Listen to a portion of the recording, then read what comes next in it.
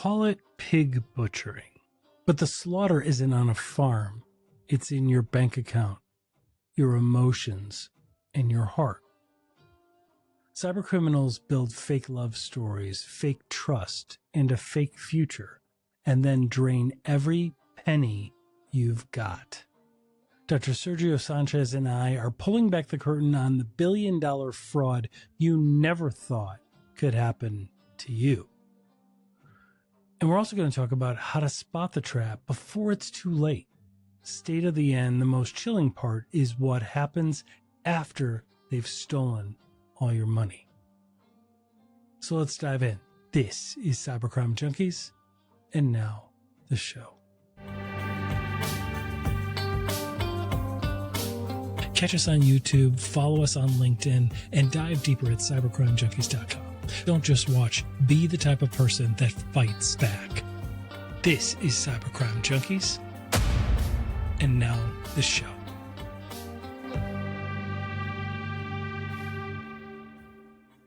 Welcome, everybody, to Cyber Crime Junkies. I am your host, David Mauro, and in the studio today is Dr. Sergio Sanchez. We're going to talk about pig butchering, social media, romance scams, and all the like. So let's dive in.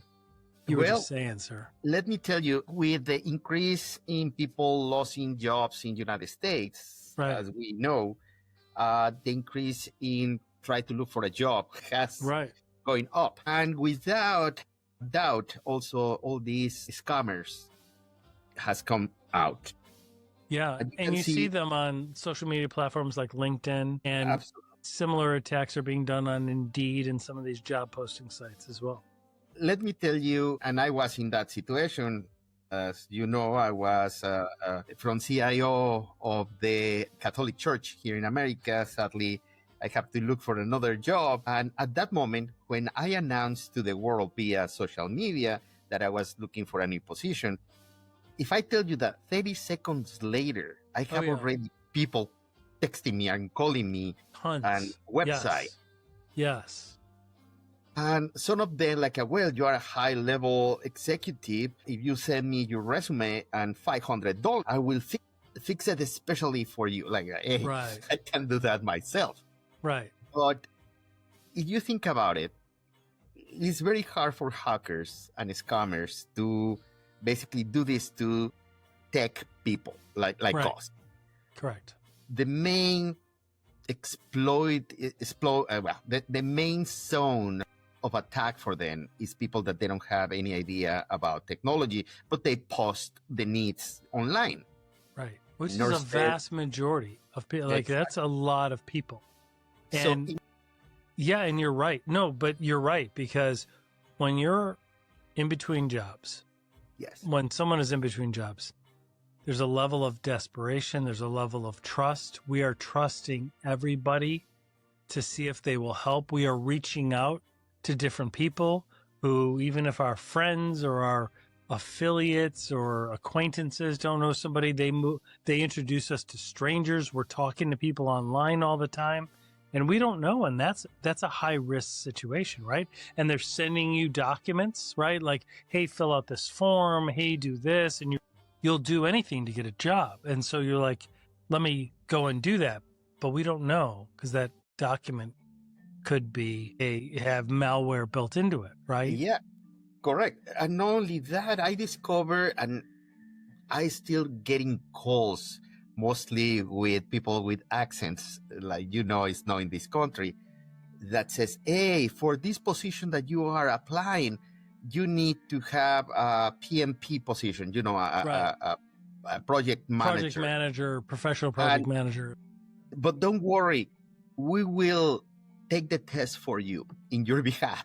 Like, no. There you go. Yeah, and they offer that on the dark web. Yes, like, but hey, if you want your CIS, if you want this, right?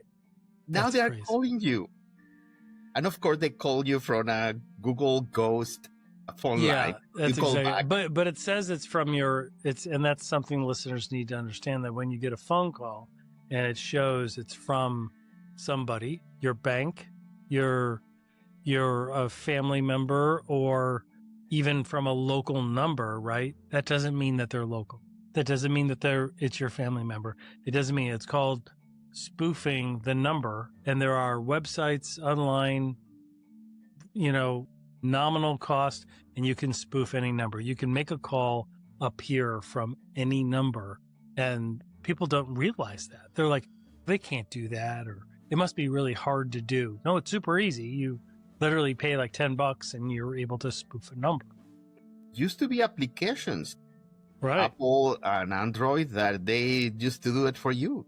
Right. You can send a call from the White House or from somebody in Hollywood. And the hardest part now is that not only you can spoof the telephone number, but you can clone the voice of anyone. Yeah. So if you receive the phone call from, your boss or somebody in your family, you will really believe it's that person. Yeah. Well, and that's the phrase synthetic media or AI deepfakes. It's images, videos, voice, right, that purport to be something that they're not.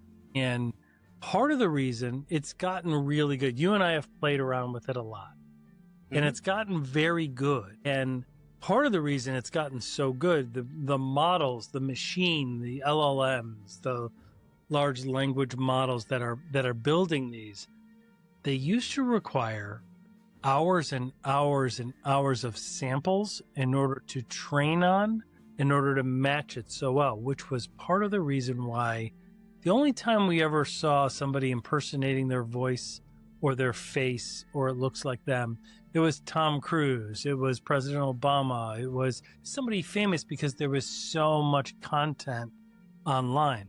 Well, now AI is advanced so quickly that you only need a couple minutes of somebody's voice. So, and what's weird is this. You can actually get that from a voicemail. So I've seen people do it from a voicemail, meaning I don't have to have, let's say we're going to target Mrs. Buttermaker, right? Sally over there, we're going to target her, right? We don't have to get her to say something and record her voice. She doesn't have to have YouTube videos up. She doesn't have to have social media where she's talking. We can call her number and her voicemail that says, "Hi, this is Sally Buttermaker. I'm unable to come to the phone right now." With that clip alone, they've been able to train it, and now you have her voice. And now you can make her voice say anything, and it's virtually undetectable from the human ear. And that's the problem. Or even if you want to be worse, now, for example, I'm going to show you a device that I just got. This is from Amazon. And the thing that does is will be able to be attached to your phone. Is that Plaid? Is that the Plaid doc? Or is that Plaid? There's a couple different brands that do that. Yes. I thought about that. Basically, yeah. It records everything, right? Like it's almost like when you have a Teams or a Zoom meeting, you can click record and it'll transcribe the meeting and summarize it for you. That allows you to do that everywhere you go. Not only that, this is connected to my ChatGPT account and transcribe whatever I'm saying to whatever person. And not only that, translate also to any language. That's amazing. So you can take what somebody else said. Exactly. So next time I call you, I'm going to have to make sure that thing's not on. Oh, don't you worry. And then I'll be like, "Hey, are you recording this, buddy?" And no. Because then you'll have me in Spanish saying a bunch of stuff that I didn't say. Yeah, you can do that. Actually, This is funny. My wife don't speak Spanish at all. Yeah. I make her give me some words in English. I completely translate her with her own voice in Spanish. And I send it to my friends and told them, "Hey, you see, my wife is learning it." See, she's getting very good, isn't she? And of course, my wife doesn't speak a word of Spanish. But that's how we need to be. Incredible. It's incredibly exciting when it comes to the creative, the content creators, people like you and me that want to share the word, right? Like we want to translate it for people. We want to get it out there in the public. It's exciting. Like I love it. On the other side, there's convenience and things that are cool. On the other side is security. And that is, what is the risk? What is the harm that can be done? And to me, what it does is it now has a new threat landscape. And when we talk about threat landscapes, well, when you think about your home, right? Your threat landscape, you have physically, they can get in through windows, your front door, the garage door, the side laundry room door, stuff like that. At work, you have all of the computers, the servers, the applications that you use online. That's your threat landscape, meaning somebody that wants to do your organization harm, they can get in that way. We have to protect those spots because they're public facing, right? And now the threat landscape includes our very voices, our faces, right? And that is really hard when you're thinking like, I can't even get people to stop clicking on email links. How am I going to get them to control voices and faces and things like that, right? Think about the main tool of a scammer or hacker or spammer is the feeling of the person that they are attacking. That's the fear. Brilliant. That's brilliant because that's what today's about, right? When we talk about pig butchering, right, and we talk about those romance scams, the reason they call it pig butchering is because like a actual animal, right, they're considered the dog, the target, the victim is considered the pig. And what do they do before they butcher a pig? They fatten it up and then they lead it to slaughter. The pig doesn't know that he's going to slaughter, otherwise they wouldn't go, right? You convince them there's food in there, go into that cage. Go ahead and you fatten them up and then you lead them there. And so let's talk about some examples. You and I did a bunch of research and the way they do it, there's a lot of different scams out there. Romance scams, there's a lot of investment scams. Yes, actually they combine both. Right. I don't know the most famous at this moment is a woman in Europe that she lost close to 900,000 euros. Wow. Which is like 1.2 million in American. More or less. But the funny part here is she thought that she was helping Brad Pitt, the actor. Pitt. I just read about this. I just heard about that. And she's not dumb. Like everybody hears this. And the first thing I know the listeners are thinking of is, what an idiot. She should have known better. Brad Pitt's not going to talk to her. She's actually got like master's, doctorate degrees. She's very bright, very good at her job, professional, well-known. She's not an idiot. And she herself like vetted it multiple times. She was like, well, Brad Pitt. And then she would go and Google where Brad Pitt was that day. And she would ask the person, and he's like, yeah, I'm right here. And they would take a picture of him like on the set right there where Google said he was. So all of the things, they were really good at this, right? Well, actually, let me tell you, the thing didn't come directly to her. First, they did this to the mother of her. And the mother didn't go directly friend of Brad Pitt. No, she got friendship with the mother of Brad Pitt. So they fake that the mother of Brad Pitt connected the mother of this woman. So you had social reinforcement from your own mom so saying, one day, no, I'm talking to his mom. Exactly. So one day, the mother of Brad Pitt telling the mother of this woman, hey, by the way, my son, is single now. What is the name? The actress that he was married with. Yeah, Angelina Jolie. Angelina Jolie is forcing her, blah, blah, blah. And, he's too lonely. Your daughter is also single. Why we get them in touch? And then they allowed the mother of this woman talking to her. Hey, I know the mother of Brad Pitt, blah, blah, blah.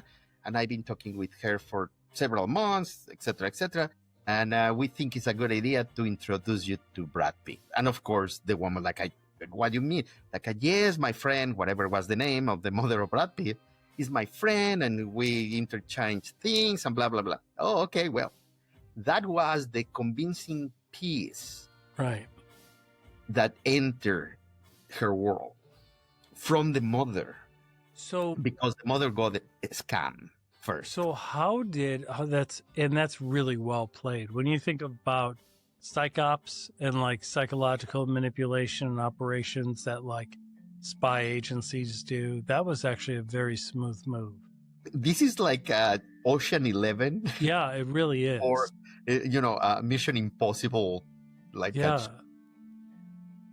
Now, how did she wind up giving money to Brad Pitt? He's got a lot of money. The thing that happened one day after several months already of dating Brad Pitt, he called and says, hey, I need an emergency surgery. And they're asking me for this amount of money. And you know how is Angelina is not giving me money for the divorce. And if I don't take this surgery right now, I will be dying. And of course, this poor woman starts to wiring the money, blah, blah, blah. And by then she's invested. She's convinced that it's him. him. Yes. She is convincing 100%. Yeah. And she's in love with him or infatuated or whatever. Right. Exactly. Yeah. And that's why I send the money, because she was saving the life of Brad Pitt, which probably didn't have any money at the moment to save his life. Right. Wow. That's just so, and it's so important. Part of the problem that comes with this is it's so embarrassing when you're the victim. There's so many victims out there who don't come forward because they're like, I'm embarrassed. I don't want to. Part of the reason she didn't came right away was for that reason. But I think almost 1 million euros convinced her to go ahead and talk about it. But sadly, that's how happened. That's just unbelievable. That's and we've talked in the past. Some pig butchering scams. What they do is they will kind of, there's a lot of social media people out there talking about investment ways, and what they'll do is they'll get on dating sites, they'll get on Instagram, they'll DM people, they'll do a direct message on social media sites, on LinkedIn and stuff, and they'll flatter them, and it'll be more social at first. And meanwhile, they're like, I'm heading off to Copenhagen for the weekend, and then after that, we're going to go watch Wimbledon, and then after that, we're doing this. And while you're trying to date them online, you might be located in Canada or Australia or the US. You're like, hey, how are you? Can I ask? Like, because you're talking about other stuff, right? You're talking about food, you're talking about restaurants, you're talking about concerts, and then you say, how do you afford to do this? And she's like, oh, I could, and they play it off very subtly. They're like, oh, I could show you how to do it, but it's a lot of crypto investments. I've invested in a lot of really good coins that have gone up in value, and I liquidate it, and it goes really well. And then they just ignore it, and then they just talk about all the stuff they're buying and all the stuff they're doing and creating that allure. Mm-hmm. And then somebody's like, well, what coin? Like, what are you buying that's shooting up so that I could buy some and jump on the wave, right? And there's a couple coins that they use. I think Tether is one that they manipulate. It has to do with the privacy of the coin so that law enforcement can't track it. I think the coin name is Tether is one of them. It's not going to be Bitcoin because everybody has their hands on Bitcoin. Plus, Bitcoin's quite expensive, obviously. But Tether is one of them, and there's a couple other. Monero is one of them, and you see them do this. And what they'll do is they'll say, well, sure, I invest through my friend. We can set you up with your own portal. You can see it. You can track it. And just start small. Like if you're not used to investing, like they're really good at fattening the pig, right? Like they're like, just do a little bit, like just $500, $250, something. Just start small. And what'll happen is the fattening of the pig is they'll invest $250, for example, and they'll get $2,000 back quickly. And they're like, and I can withdraw it. And they'll let them withdraw it. Mm-hmm. So they'll pay extra for that, right? Because the relationship's still going. The relationship's still going because now she's got him. She's already demonstrated almost a proof of concept, a proof of life, that I make my money doing this. I just showed you how you can do it, and you just did it. See, it's real, right? Meanwhile, none of that is true. Like, it's not real. Like, you put your money into an attacker's account. They just paid you more money back. Created a fake portal that shows that your investment's ticking up, but it's not real. It's just a website. They just have a website that goes like this, right? It's not real. And then they're like, well, if I did that on $250, think of every gambler, every stockbroker mentality, right? Well, what if I did that with 100,000? What if I did that with 250,000? What if I liquidated my 401k, which is like on life support right now, and it's just teetering along, right? What if I liquidate that and put that in here, right? And they slowly do it. And even on the next one, if they do maybe 5,000, they might get 6,000 back. So they're like, well, I still made, that's a great percentage, 20% of my money, like really quick. Over a year, that could be 80% return. Like, nobody's giving that. You can't find that anywhere. No bank does that. And so then they do that, but then they go in for the jugular. Mm-hmm. And as soon as you do it, she disappears. You try and reach her. The numbers are dead. She's off social media. You don't see her anymore. And then you're like, what's going on? Like, where'd she go? Where's my girlfriend? What's happening? Right? And then it's like, yeah. And then you're like, well, where's my money? And then you try and get the money out. It's gone. You can't withdraw. I'm going to tell you this too, and I have two real life, close to me examples. And I'm going to start with people loves to be lied to. Yeah. And love and greed is what these people use to get you. The first one, my mother-in-law, sadly, my father-in-law passed away, and she is pretty, she's 70, I would say 76 years old, and she's still competing in bodybuilding. So you can imagine the lady. And she put herself online. And of course, one day she comes and says, oh my God, I met this amazing guy, has his own private jet. He goes everywhere in Europe, you know, a big dream.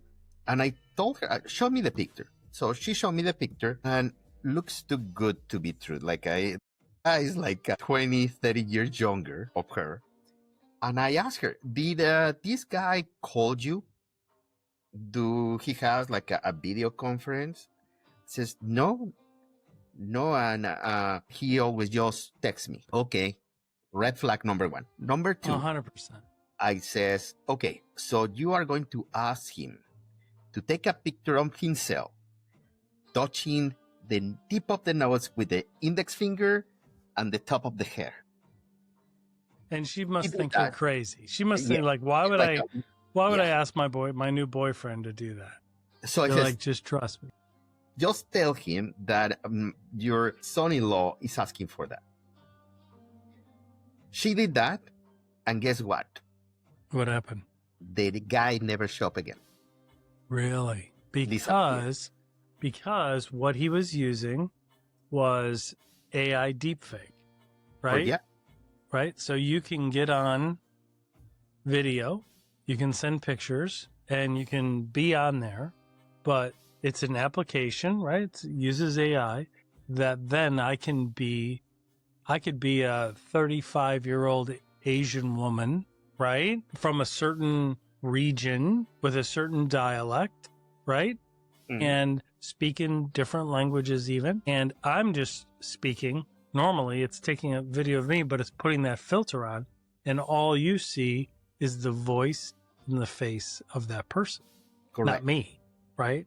So at that time, AI wasn't that good. So I guess the guy couldn't replicate. You put the finger in the nose and put the another one in the top. Today, what I suggest that people is to ask the person to shake the camera of the computer. AI is not smart enough to have a shake at the moment of that. Yeah. So that's one. Right. And another or to one. send you a recording. Like, hey, I can't be on a call, but I want you to say hi to my son-in-law, whatever. Send me that recording, because then you can upload that into certain detectors. And while they're not really perfect yet, they help, and they will show you, a lot of them are free, even online, and some of them are paid. You can do it for 1 month and then cancel. But you can upload that video on, and it'll tell you whether it's AI or not. Absolutely. And then the second one is exactly what you were saying. So as you probably know, I give a podcast and a talk in Spanish for my friends my age, to try to help them, with security at home in Mexico. And one of them, after one of my talks about this exactly thing, the PS slaughtering, he called me and says, I got this $100 from a company for me to invest. Do you think is real? Okay, wait. A company send you money, $100, for you to get that $100 that they are sending you, for you to invest in crypto coins? That's like not... first of all, exactly what you are saying. That's a bunch of red flags right there. The first one is and I says, okay, what you did? Well, yeah, I invested that $100 in that. Okay, that's fake. That is a scam. Be happy that you didn't lose money. Right. No, but they are sending me back $1,000 now. They're just fattening the pig. You are getting a scam. Right. I tried to convince him, and I think I couldn't. So I said, hey, can I talk with your wife? Yes, that's I smart. I have to talk with the wife. That's a good friend, though. That's a good friend, because you're like, look, if you're not going to listen to me, let me talk to the boss. Yes. And really, maybe they can talk some sense into you. But like I tell you, people want to be lied because they have these hopes that they are going to find the perfect love, or that or the perfect investment, or the perfect I'm going to become rich in 24 hours. And that is what these people use like tools. And like a very good friend of you, Mr. Carpenter, Perry Carpenter, says, yes, this is an AI tool. It's like a hammer. You give the hammer to a carpenter and he can build you a cabin, a beautiful one. But you give that hammer to a serial killer. Right. And they can do a lot of damage. That's exactly right. And that's a great analogy, actually, isn't it? Because it's not it's almost like guns, right? Like guns are used to protect our homes. Guns are used for hunting and target shooting and all these things, right? We hear these mass shootings and we're appalled and we're like, well, let's just ban guns. And I'm like, well, look, and this isn't a political statement at all, but I'm like, look, it's not the fork that's making me fat. It's my eating habit. It's the person using the fork, right? It's the person using the gun. And so, we don't want to lose the Second Amendment and our right to protect ourselves because we're not the bad guys. We're the good guys. We need to be able to protect ourselves, right? Not that we even do that or anything else. But the point is, it's very similar, right? It's not the tool.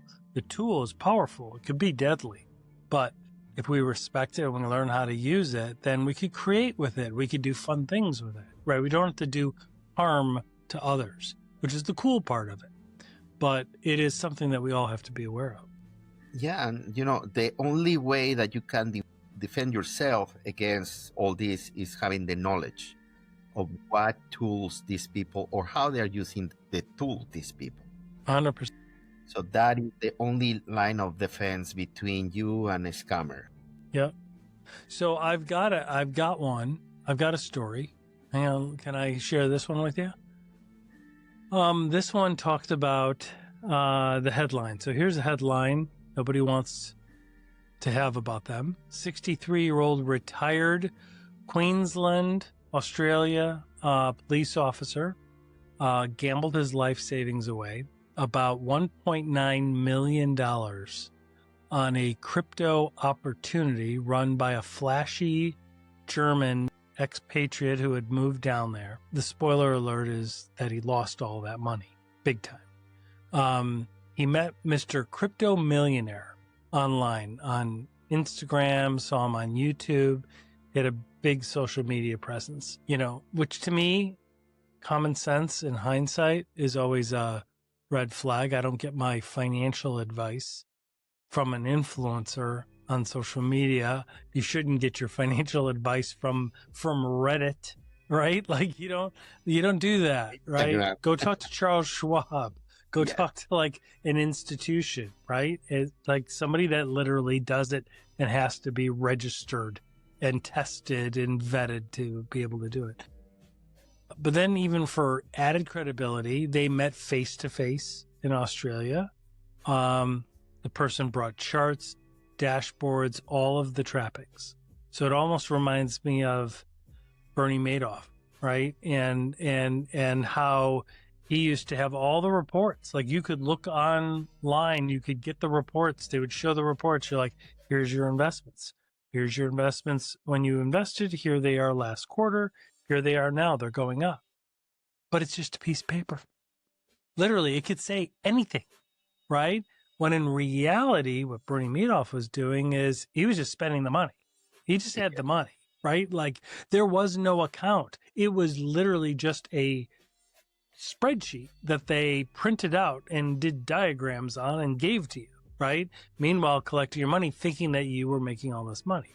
The only time it's a true Ponzi scheme, because the only time it ever goes down is when several people want to withdraw at the same time, which is why you have to keep feeding the Ponzi scheme and getting new investors, right? So that you can pay off the people that want to leave with the people that are joining.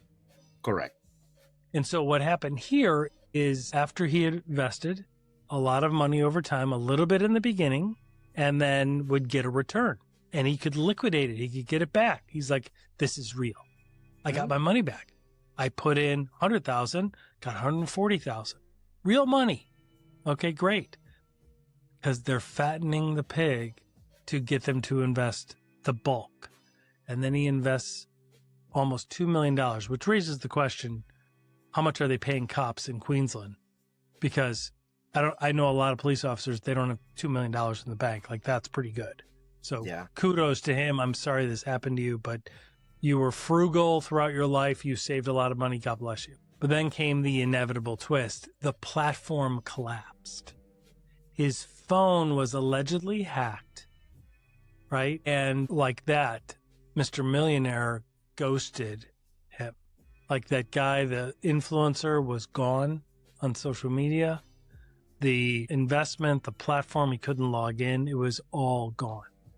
And then they chased down Mr. Millionaire, the guy, the social media guy, in Thailand, which doesn't have extradition. Okay, there's a reason they're in Thailand. And they literally filmed a face-off scene straight out of reality TV. The former police officer stared down the scammer with righteous fury of a man who just lost every dang cent in his retirement.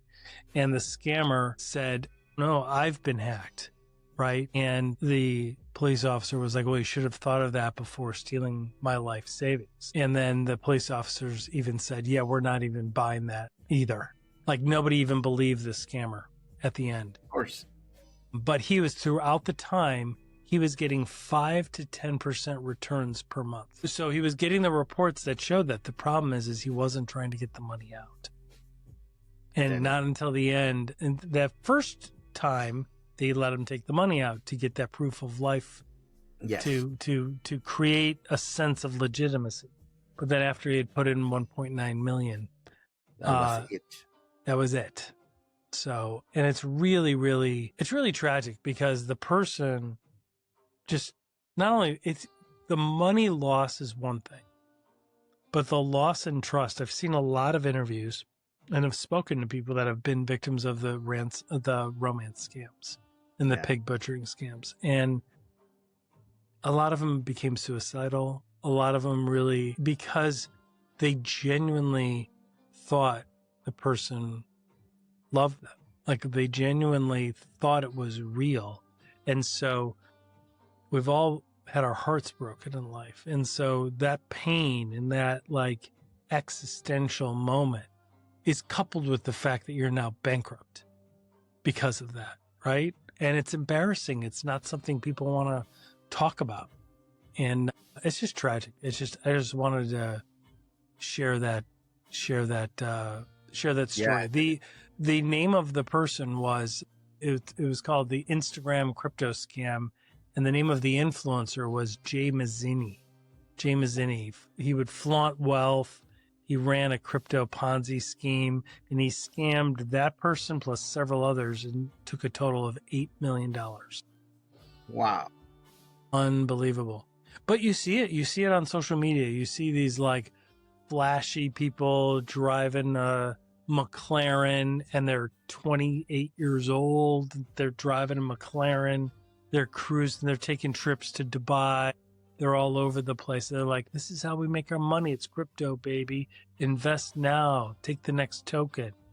If you notice, and with the social media, has been also this explosion of people that I became millionaire in 3 days. Right. It's like super fast. Media.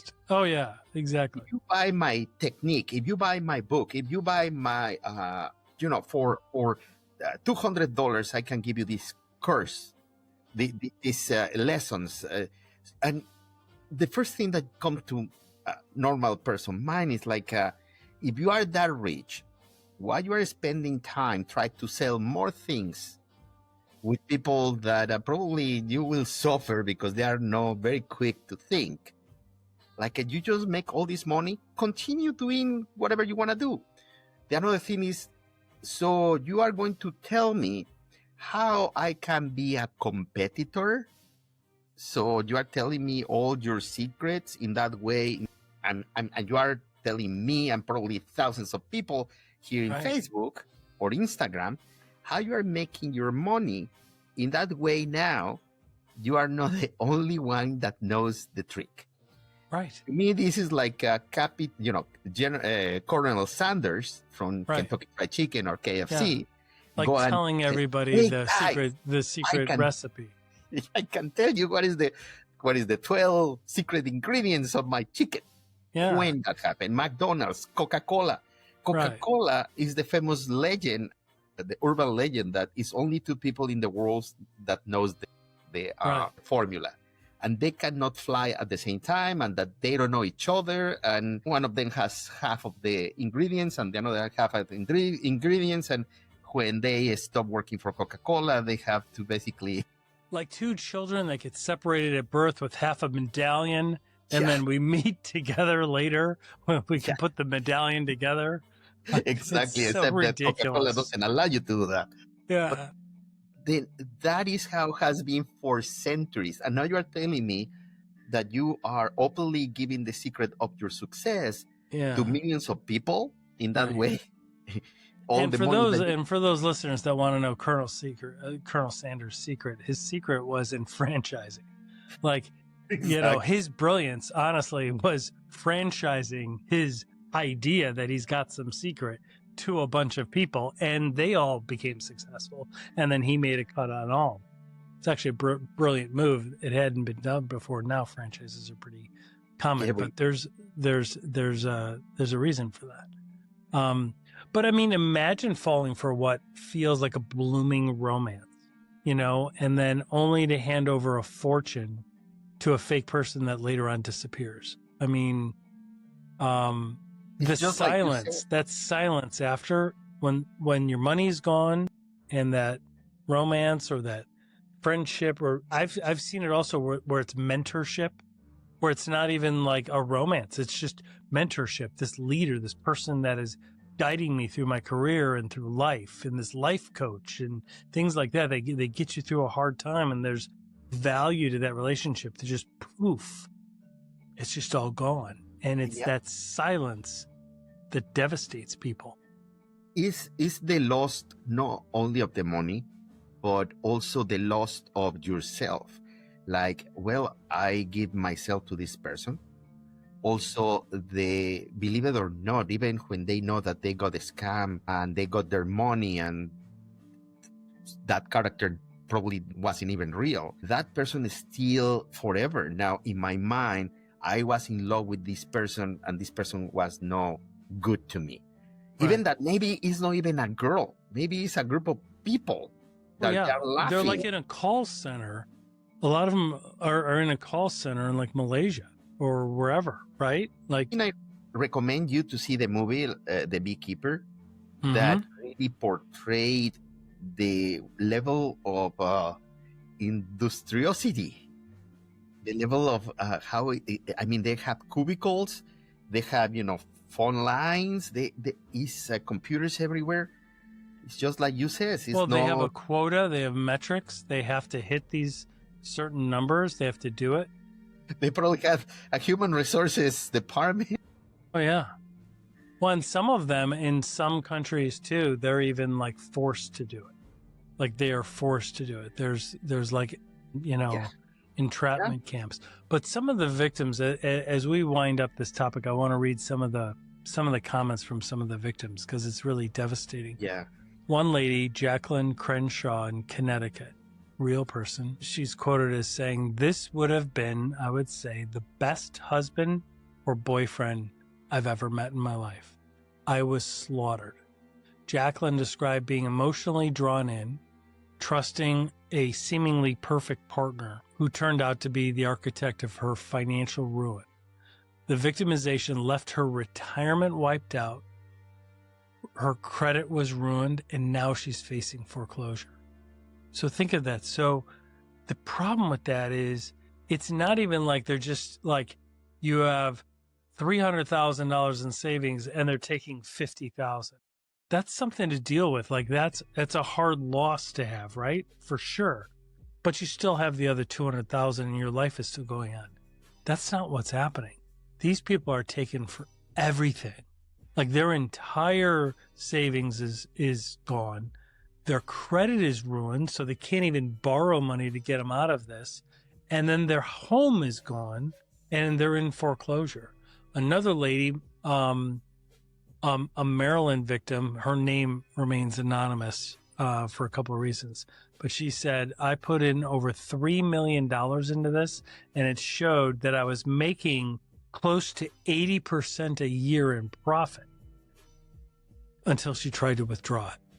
And then she realized she couldn't access it, and it was all gone. So she said, you trust somebody and you get betrayed. It really hurts more than the money part, right? It's that emotional trust that gets broken. In this case, the emotional betrayal outweighed even the staggering financial loss.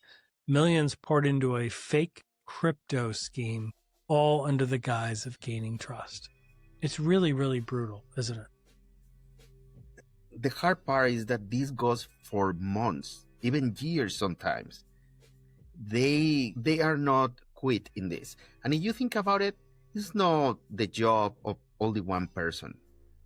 This is a group of people. It's a group of people. It's a group of people. Yep. Because they will doctor and keep the scam going. And you're right, it goes on for a while. Like at first, they're not going to come up to you. Here's the thing that I think listeners and viewers need to understand is it's not obvious. Like they're not going to come up to you and say, hey, would you like to invest in my crypto thing? You can make 80% of the money. You sound like a used car salesman. We don't want it. We see you coming. No, right? It is a wolf in sheep's clothing, right? It is a, hey, what's going on? Oh, you look good. Oh, that was funny. Oh, blah, blah, blah. And then nothing. And then the next day, a little something else. And then the next day, a little something else. And it builds over time and it goes on for months or years. And then they start dropping hints like, well, I'm going over here, or well, I've got to go see my parent. My parent's not well. They're in the hospital, blah, blah. Mm-hmm. And then after they know you know them and that you are invested emotionally, that's when they ask for something, right? They're there for the long game because they know that the longest they go, the less opposed to help them or give them money or send information is going to be easier. And think about this. What happened, sadly, if it's the government, the target? Like, hey, I met this person that works for this government entity, and I will make her fall in love or make him fall in love.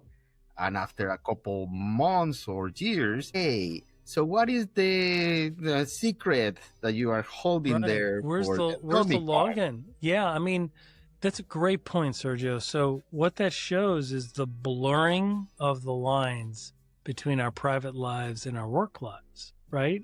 Because one thing that most business owners and leaders don't consider is their employees' personal lives when it comes to cyber risk. Because how often could somebody be dating or pursuing somebody that just needs, hey, you know what, my Word documents, I have to renew this. Could I use your login real quick just so that I've got to do this PowerPoint thing for this presentation. Could I get your access? Do you mind? And you love them.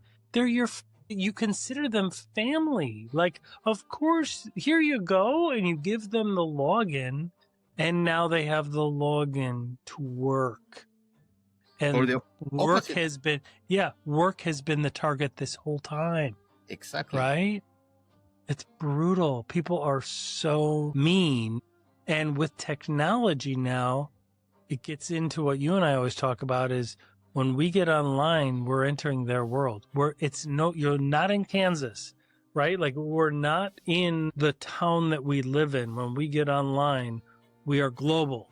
We're global, right? And so you now can get attacked not by some scammer that you have to go and try and buy a product from in person, right? Or that is trying to, do some infomercial or some timeshare thing that you have to go and sit for days and they're going to try and scam you and stuff like that. It's not that. Every time you get online, social media, when you're by yourself in the bedroom, you're like scrolling through social media. That's when they're going to get you. And that's what's so emotionally triggering on these types of scams. Think about this, and around 10 years was a website. I don't know, still around. Used to be called Live 2.0. Okay, I don't where remember. People used to go and live a alternative life online, and they were able to do their avatars. And funny part here, became so successful that companies used to sell virtual products for real money. So you can dress your avatar like with Gucci. Or it's almost like Web 3.0 and the metaverse, where you can buy real estate and NFTs and all stuff like that, right? Like you can do that. Yeah. So that was the precursor. All right. Of this site that I'm telling you, I don't know, it's still online or alive, but people used to spend thousands of dollars. Right. I'm going to tell you a story also about how reality and the kinetic world and the digital world got together. I, again, used to work for Activision Blizzard. Blizzard, one of the big, huge names was World of Warcraft. One of my friends, one of the developers, created this little program, which I don't qualify like AI, but I will tell you the beginning kind of. Right. Yeah. Where, meanwhile, he was working, developing another games, he put this bot in the game to farm things. And then he used to sell the things for real to people. Like, hey, I have the sword of whatever, that, the sword that you can kill everybody, and I'm selling it for $10,000. People used to buy it. Yeah. I mean, think about the games. Think about all the skins people buy for games. I mean, think about like Fortnite and all the games, like all that stuff. Like, and that actually was the beginning of these companies, these video game companies, thinking about the microtransactions inside the game. Like, hey, right. So we finished the game, but maybe we can start selling things apart. Well, isn't that their business model? I mean, you came from that industry, but I mean, think about it. They give the game away for free. Mm-hmm. Like you can download, you can play for free. The point is even if they get so many people playing that even if only 2% of everybody would buy something to get the premium version or the cheats or the more powerful swords or whatever, and then they could do better in the game because they play 2 hours a day, 7 days a week, right there, that's big money, right? Like at the end of the year, it's still more than paying for itself, and it grows exponentially. Think about Fortnite. So Fortnite start for free. Yep. And now they are putting characters from Star Wars. Right. And even the Marvel, all those guys. Yeah. And those people pay for being in the game. Yep. So that's very interesting. How? Yeah. But I mean, on the scam side, I mean, that's just good business, actually, what we're just talking about. But on the scam side, there are ways you can manipulate that stuff. And a warning to a lot of people that is where a lot of SIM swapping and a lot of malware gets transferred is when you try and buy the cheats for those games. Because you can go online and you can go to these sites and buy ultimate power in this video game, and it can work. The problem is they now also control your computer, and a lot of people will still use the same computer at night that then in the morning they fire up their Microsoft and they fire up work, and now they're on the regular computer going to work. Meanwhile, the attackers are inside. Yeah. Unbelievable. The division between your online life and your real life is vanished, but now the line between your job and your personal life also is gone. Yep, that's exactly right. So one of the things, so what are people supposed to do as we wrap up here? What are the things that people should be doing? Like what are some things? Obviously, if it's too good to be true, it is. Right? Verify who the person is in reality. First of all, everything about everybody's online. Yes. And if you can't find something about somebody online, call us. Call Sergio and me. We will find information on them and we'll share it to you. Like, for sure. Like, there are ways, or we'll put you in touch with the sites and the aspects where you can find everything about somebody online. Check your privacy settings, right? On social media, look at things like that, because you can control who sees your posts, and some people just never think to do those things, and then when they're making posts and they share things about their life, people that might want to do you harm are seeing them. You can set privacy settings so that your posts are only to your friends, right? Like, that's a smart thing. Same thing with LinkedIn, Instagram, stuff like that. And then verify job listings. When you're out there and you're hungry and you're looking for a job and you see something, any job that is going to ship you something or you have to pay for it in order to work there, huge red flag. Huge red flag. Most valid, credible employers never require that, right? They just require you to prove who you are. They might check your schooling just to make sure you're really who you say you are, and then they're going to let you. They'll give you the equipment and they'll let you work there. But always report suspicious posts, suspicious behaviors. Anybody promising or wanting to invest. There's the IC3 from the FBI. There's the FTC. There's a lot of these sites. You can even just Google like. This, I believe this might be a red flag. Who can I report this to? And there's a couple different organizations. Over in Europe, I know there's staysafeonline.org. There's a lot of good nonprofits that will help connect the dots for people and help victims out. That's correct. And really, verify. That's the only way. Don't trust. Yeah. This is painful to say, but don't trust anyone. Well, no, and when you think about deepfakes, And people are like, okay, that sounds crazy, but I can't really picture in my mind how it would be used. Here's an example. You get a phishing email. It's from the CFO of your company.